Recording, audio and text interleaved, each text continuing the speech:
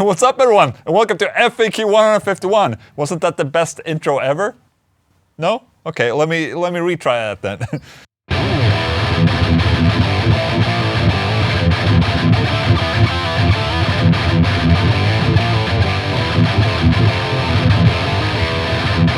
Holy shit, man. I'm on an all-time low. But that's okay, because it's FAQ time! What's up, everyone? Welcome to FAQ 152! Yes, great! Oh, Discord partner, oh... Still have no f***ing idea what that means. I hope you guys are having an excellent day, by the way. And today I'm gonna answer your questions, and we're gonna have a good time. Hopefully. So let's just go. Let's just start. The first one is from BadBlood44. Hi Ola, I think it's fair to say that you qualify as an internet personality at this time. What percentage of your true self do you think you display on your YouTube videos? It's obviously not 100%.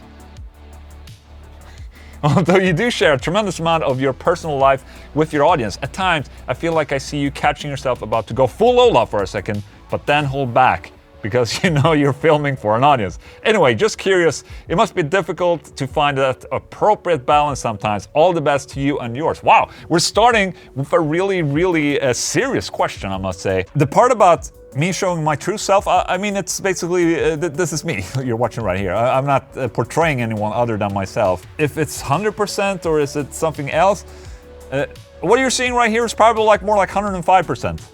Of my true self, I would say. It's probably more than, yeah, you know, when I make these videos, obviously, you know, I'm just a... My wife, Louise, by the way. Isn't she beautiful? Oh, she's gone. She went into the room with the big horn on it. What was I talking about? What was I talking about? I don't know, wasn't listening. She wasn't listening. That's just my whole life right there. Goodbye. It's weird to say and talk about this because if people meet me in general and, you know, this is basically me when I'm outside talking to people as well, but, you know, I've not always been a very outspoken guy. Usually when I'm in a group full of people, I'm usually the quiet one, believe it or not. But I just don't like to take space. But when it's me and my camera, it's just a lot easier for me to kind of, you know, put myself out there, you know, kind of like just talk. But when I'm with people, I talk less. So that's why I think, you know, 105% is probably a better figure for who I am on YouTube. Showing too much of my personal life, I've stopped showing too much of my personal life because I mean, basically that's all I have left, you know, my private life. But I wouldn't say I'm holding back in my videos. I might be holding myself back from cursing way too much sometimes. Just, you know, chill down a little bit. Sometimes some people watch with their kids. I just have to take that into account. So not really holding back, but sometimes, you know, I can't be 105% Ola every day. Let's just say that. I mean, sometimes I didn't sleep too well, you know, and then it's hard to kind of have a uppity attitude just as much as the past day. Just saying, it's just like day to day, man. Yes, good question. Petroslani.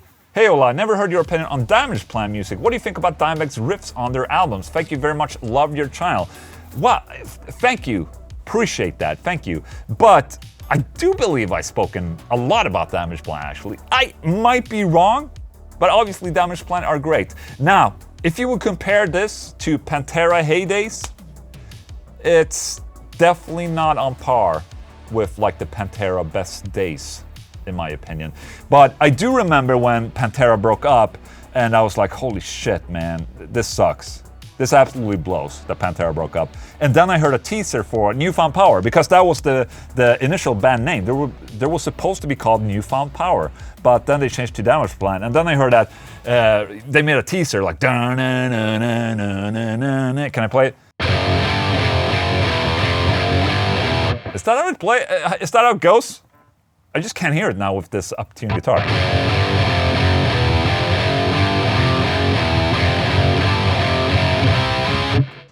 Yeah, whatever, I heard that and I was immediately super excited for Damageplan because that riff was just stanking. It was stanky as f***. And the album is great. Don't create fake news. I'm liking the album. The problem I had is that it's not Pantera. And I was just hoping that Pantera will go back and become a band again. I think a lot of you guys also agree with this. I mean, we just all missed Pantera. And I guess that was kind of like the problem for Damageplan in the beginning when they started touring, is that everyone just wanted to hear the Pantera songs. So there you go. I have talked about Damageplan. I kind of have a great Discord partner. Codename Cuervo. What was your favorite SFU 6 Feet Under? Okay, song to perform of all time, and from which album? Thanks for the great video. Love them all. Okay, so I think my favorite song to play with 6 Feet Under. Obviously, we played like Cannibal Corpse. We played Hammer Smash Face, and amazing, obviously. But I think the song that I liked playing the most with 6 Feet Under was probably Seed of Filth. It's from the album Death Rituals, and like the riff that's just so awesome to play is this.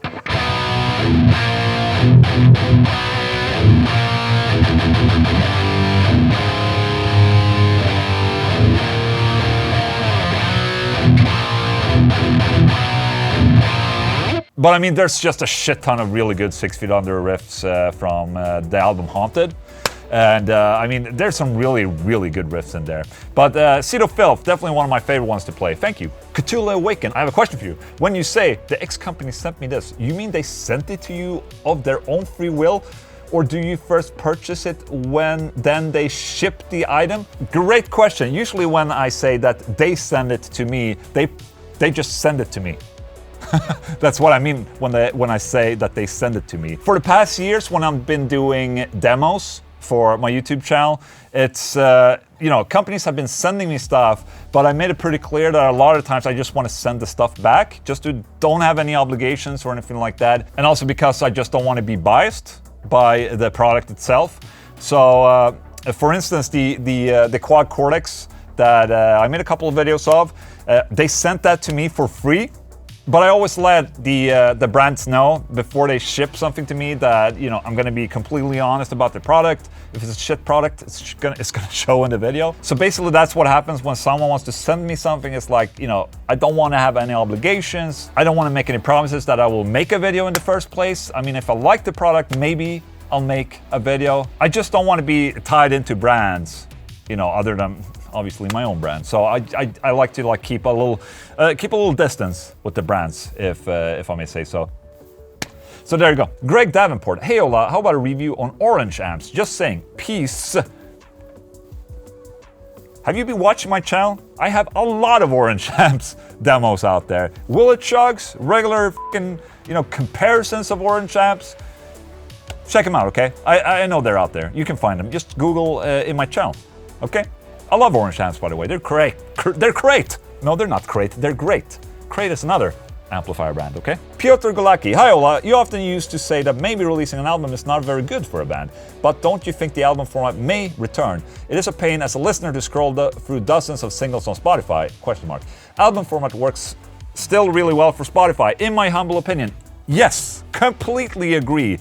If you listen to Spotify, or if you listen to a CD, for instance, and you actually go there to listen to the music, then obviously an album format is going to be the best. The problem today is that people are not listening to a full CD like they used to do back in the day. They listen to the singles, they listen to the radio. All in all, people just have a different way of consuming music nowadays that differs very much from when I was growing up. I still love the album format. I release my music through album format because, I like to tell a story through songs. This is something that becomes a problem when you release singles, for instance, because when I release a single, everyone's like, oh, this is good, and then I release the next single, it's like, oh, this is not as good as the first one. When you release singles like that, you kind of lose the journey of the full album. I mean, I like to create journeys in the album where you feel like, okay, the first song should be accompanied by something that goes up and down. It's a dynamic flow of music, I would say. And if you release everything as singles, people might not get why you did this song. And some of these songs that are supposed to be like in between songs are not meant to be singles sometimes. But what I said about, releasing an album is not very good for bands. I think that's more for up-and-coming bands, maybe. If you really don't have the listener, then you really are wasting an album. If you just release an album and you don't have an audience. It's just more important to build an audience first, in my opinion. Otherwise, you're really putting yourself into this album. You're working hard. I think it might be better to just release singles on a steady basis, just to have a better shot at gaining a bigger audience, if that makes any sense. Just dropping an album, you know, that's one piece of news right there. Split up the album. Like if you have 12 songs, well, then you have 12 pieces of news happening right there. Try to build an audience first, and I mean, I think that's the trick. You know, I'm lucky because I started pretty early with both YouTube and, you know, my bands and all that. So I can still go on and making the album format, but I wouldn't recommend new and upcoming artists to focus on releasing an album. They should focus on getting an audience first.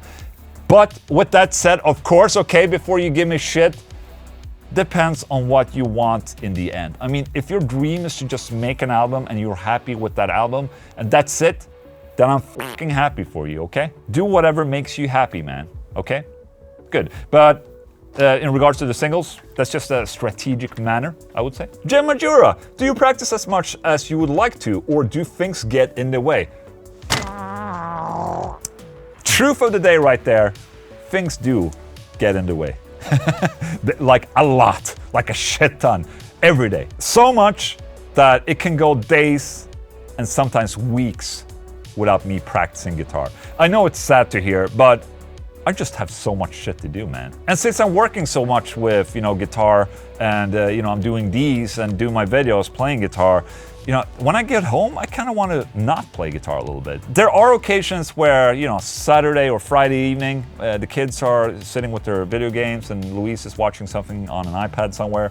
You know, I take up the guitar and sit and noodle for a little bit. For me, since I'm working with this, I still have to remind myself why I'm doing this, and it's because, you know, it's actual love for the guitar. Sometimes that gets lost when I'm sitting here recording my videos every day, and, you know, you sit and work with everything surrounding making videos or, you know, managing a guitar brand. Sometimes you just have to take a step back and just sit down and quiet and play your guitar. And I do that sometimes, but then I forget also. But yeah, thank you, Jan. I would love to practice more, and I would probably make it so I do practice more, but I don't know how yet. Stanton Lewis, this is really awesome channel. Long time subscriber here. Keep up the great work. Do you make Solar with reverse headstock?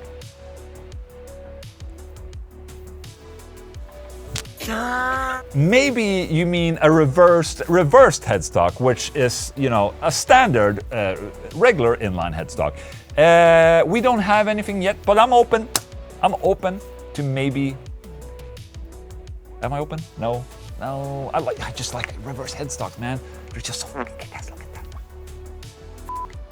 If a guitar calls for it, I will definitely reverse the reversed headstock, maybe. I don't know.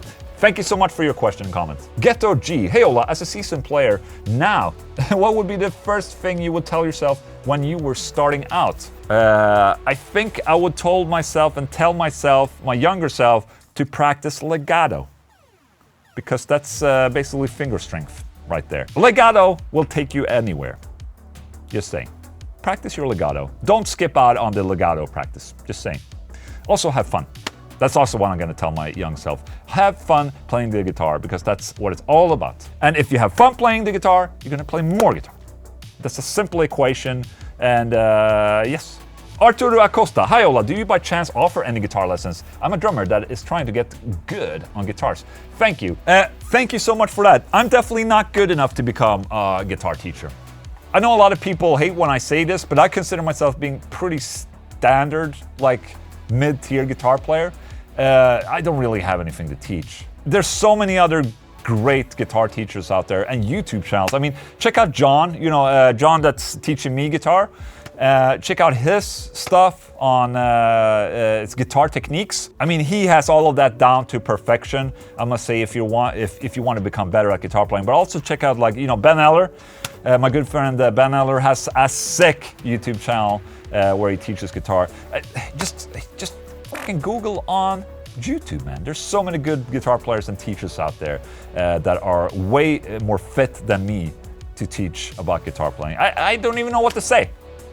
Play legato. That's what I just said. You know, that's my little guitar teaching moment right there for you. Play legato more.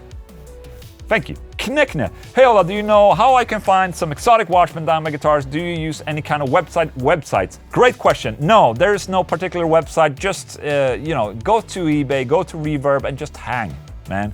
That's where they kind of show up. I just saw Southern Cross on Reverb the other day for 12 grand. I mean, go join the Facebook groups and just, you know, stay on top of things when it comes to Reverb and eBay, you know. That's how you do it, basically. And that, my friends, was the last question. Thank you so much. Thank you. Seriously, you guys are amazing. If you have any more questions, put them in the comment section of this video and I'll look them through and maybe your question will be featured in the next FAQ. How about that? Thank you so much for watching, guys. Also, thank you so much to everyone that's watching this live stream. There's actually a live streaming camera up there. I'm trying it for the first time. Anyways, thank you guys. Bye.